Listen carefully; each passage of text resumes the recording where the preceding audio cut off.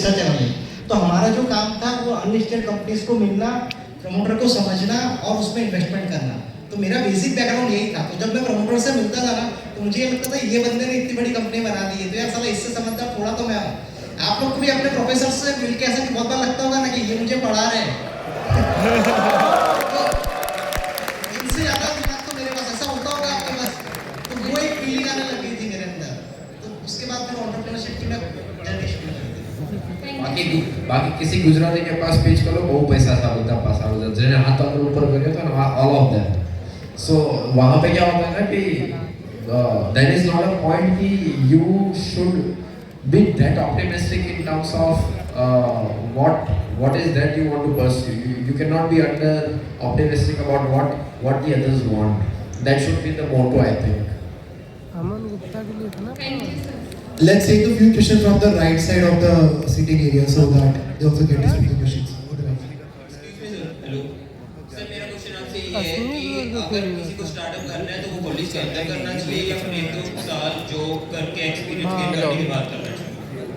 अभी बताया I just answered that you must have work before starting up a startup. This is my perspective. कि 1-1.5 साल 2 साल किसी के नीचे काम कीजिए, then is the ideal way.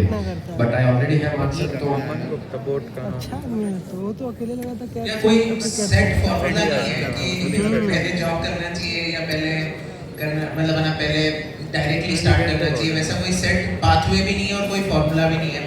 सबकी स्टोरी डिफरेंट है और सब में सक्सेस और फेलियर के चांसेस हैं, राइट? तो ऐसे भी स्टार्टअप है जिन्होंने मतलब लेट स्टेज में स्टार्ट किया, काफ़ी साल तक काम करके किया, उन्होंने काफ़ी अच्छा सक्सेस किया। काफ़ी ऐसे स्टार्टअप भी है जिन्होंने डायरेक्टली स्टडीज़ के बाद में स्टार्ट किया, then they have succeeded.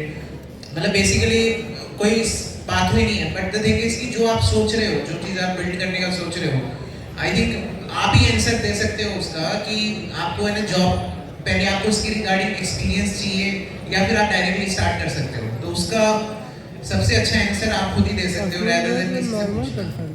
Sir जैसे कि काफ़ी सारे लोगों से जब पूछते हैं तो वो कहते हैं कि या तो आप कोई MBA वगैरह कर लो, मार्केटिंग सीख लो, फिर स्टार्टअप में जाना चाहिए, या फिर किसी स्टार्टअप के अंदर ही वर्क करके कुछ स्टार्टअप का एक्सपोजर लो, उससे आपको ज़्यादा बेनिफिट होगा। तो इस बारे में आप क्या करोगे? देखो ऐसा डेफिनेटली एक्सपीरियंस तो मिलता है, वो चीज़ है कि अगर आपने किसी स्टार्टअप के अंडर में, अगर आपने किसी जैसे फाउंडर ऑफिस रोल पे आपने काम किया, यू लर्न अ लॉट कि कैसे हसल होता है, हाउ थिंग्स वर्क, आपको रियल लाइफ एक्सपीरियंस मिलता है। That is all together it is fine. But मतलब है ना, जरूरी नहीं है कि जो प्रोडक्ट आप बनाना चाह रहे हो या जो सर्विसेज या फिर जो बिजनेस आप बिल्ड करना चाह रहे हो, जिसके लिए आपको वो एक्सपीरियंस की जरूरत हो या ना हो। तो although experience, taking an experience under a startup or a company and then going for a business is obviously a better choice, but it depends on case to case. That is what I would say. I can add my experience.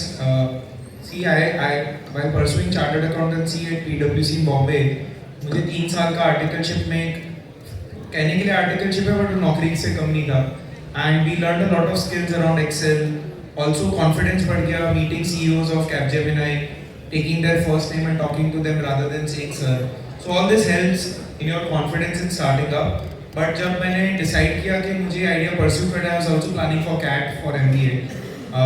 I couldn't make it to IIMs and I was like यार कि अगर entrepreneurship ही करना है तो MBA क्या ही सिखा देगा जो entrepreneurship सिखाएगा.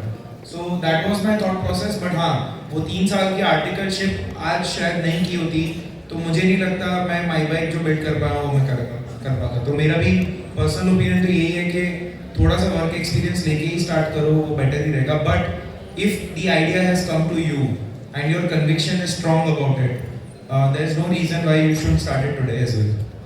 मैं एक लाइन में कंक्लूड करूंगा, जॉब बिजनेस वो सेकेंडरी है। जैसे कॉलेज में आपकी जो भी एक्टिविटीज होती है वो सब, जैसे ई-सेल अभी आप लोग कर रहे हो, तो वो भी एक लाइफ लर्निंग एक्सपीरियंस है। आप इतने सारे फाउंडर से बात करिए, उनसे नेगोशिएशन करिए, किसी ने कुछ पैसे मांगे, किसी ने फ्लाइटें मांगी, वो सारी नेगोशिएशन चीज़ें वो एक पार्ट है। तो वो पार्ट सब लोग बढ़ चढ़ के पार्टिसिपेट करो, ये इससे या जो भी एक्टिविटीज होती है वो एक लर्निंग फाउंडेशन बनेगा। मतलब आप कुछ भी करो, जॉब करो, बिजनेस करो। So I think that's it for the session. And again,